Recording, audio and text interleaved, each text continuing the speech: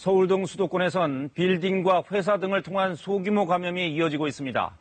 정부는 해외 유입 사례가 늘고 있는 상황에 대비하기 위해 방역 강화 대상 국가를 추가 지정하기로 했습니다. 김진화 기자의 보도입니다. 서울 강남구에 있는 회사에서 확진자 2명이 나왔습니다. 확진 환자의 자녀 1명도 어제 양성 판정을 받았는데 이 자녀는 관악구에 있는 학원에 등원한 사실이 확인됐습니다. 방역당국은 해당 학원을 임시 폐쇄하고 원생 352명과 강사 70명을 취합 검사 기법으로 전수 검사하고 있습니다. 서울에서는 강남구 V빌딩 방문자가 이달 2일 최초 확진된 이후 다른 방문자와 지인, 가족 등 총 9명이 확진됐습니다. 관악구에 있는 사무실과 중구 소재 회사 관련 확진자도 계속 나오고 있습니다. 한편 정부는 해외 입국자 확진이 늘고 있는 것과 관련해 방역 강화 대상 국가를 기존 4곳에서 2곳을 추가 지정하기로 했습니다.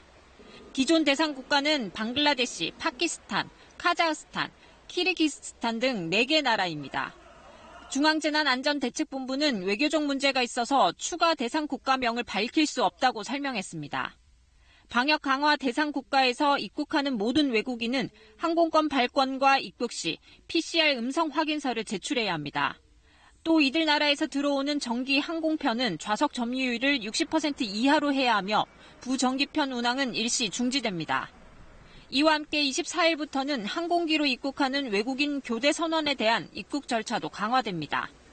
무사증 입국이 잠정 중지돼 따로 사증을 발급받아야 하며 역시 출발일 기준 48시간 이내 발급받은 PCR 음성 확인서를 제출해야 합니다.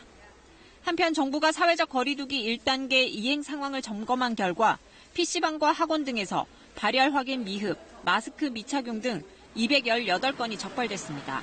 KBS 뉴스 김진아입니다.